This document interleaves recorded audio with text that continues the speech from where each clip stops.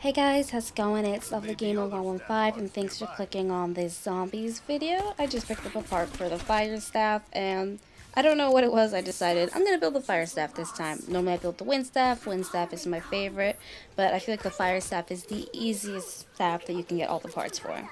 And no, this is not a tutorial video, but I'm actually going to post a tutorial video of this gameplay later today. It's going to be short and sweet to the point. I hate videos where you're trying to figure out how to do something and it's like, hey, 1 minute long introduction. You guys are going to see. It's really simple and I hope people like it. And you know, I don't get too many views, but if they see it, hopefully they enjoy a video that gets straight to the point on what they need and not a million like things to say in an intro like, hey, please like my video, subscribe, weird stuff like that. And I'm also a big team player. I know they're trying to get the wind staff, so I'm going to stand over here. Lucky that I do, actually. It seems that they were able to open up the foot, but didn't have a chance to go in. And I didn't know that. I saw the foot open, and you guys see I'm holding the menu a lot, because I was like, wait, did they grab the part? And I was like, oh no, it's here. Yay, good thing I went in. I even have gameplay where I stopped building my staff because someone got downed. It looked like they got downed trying to go into the fire tunnel, so I went and I grabbed the gem and I built it for them. And when they came back to life in the next round, I escorted them. Ray Gun Mark II on Panzer Soldat is awesome. But yeah, if I know that I'm stacked up, I have a good gun, good perks, I definitely go for the Panzer Soldat. I like being a team player, and it doesn't get me killed as much as it used to. If I see someone go down, I always try and revive them. Even if I don't make it, no, I'm always running to you. Even if I'm building my staff or upgrading my staff, I see someone down, I sigh a little bit, and I'm like, ah, I gotta go get them. But I do it anyway, so if you ever play with me, do not fear if you get downed. I will get you up. I think the gobble gums that I have set up now are the ones I'm going to keep. They come really useful. Like 9 times out of 10 I get a perkaholic right away because I try and get it each round. Early rounds it's easy to get it without all the zombies running at you. And then I like to get shopping spree because I run, I get the excavation site open, I get all the doors open to the church.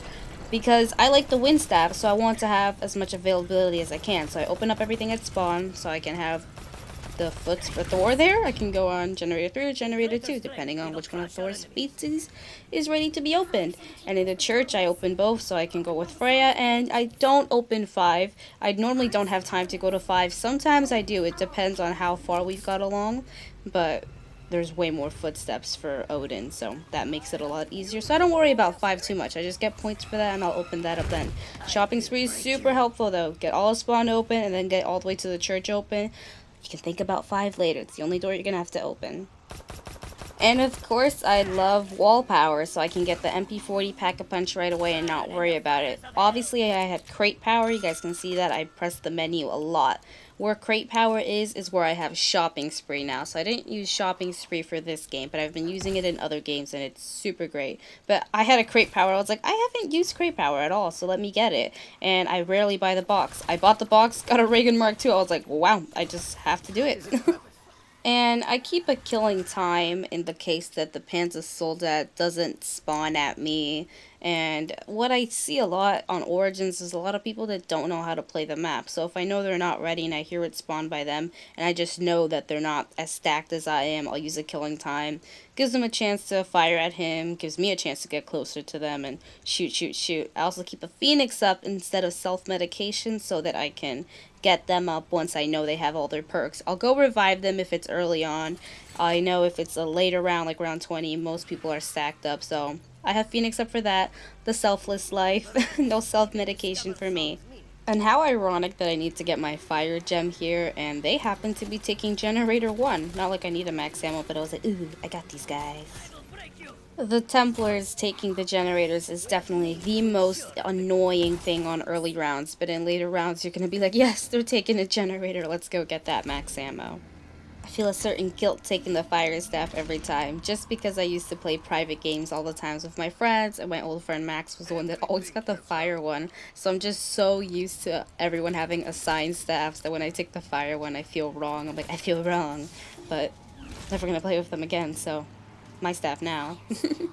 The wind staff used to be so simple, like riding a bicycle, but I just feel like in the remastered version, it's harder to get in the foots. I can't just shoot it with one bullet and be in. I have to fire at least 3 bullets into there, and I'm getting squashed half the time.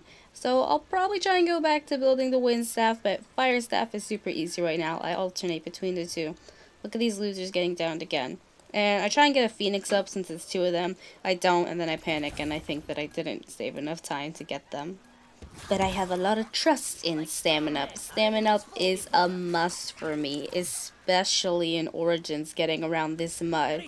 I saw a video where apparently, like, you know, it was like a point A to point B running in the mud, that apparently it's the same time, but I just feel like I am a lot slower in the remastered version. Yeah, a couple things I hate about Remastered Origins. One, I feel like it is harder to get in the foot. Two, I feel like it is harder to run around in the mud. And three, I feel like killing the Panther Soldat is a lot harder. Again, I say feel because apparently it isn't that way, but that's definitely how it feels for me, and I know it feels like that for a lot of people too. But anyways, guys, I hope you enjoyed the video and enjoyed the gameplay. I'm going to be coming off that tutorial this week, but thanks for clicking on this video, lovelies. I'll see you in the next one. Bye!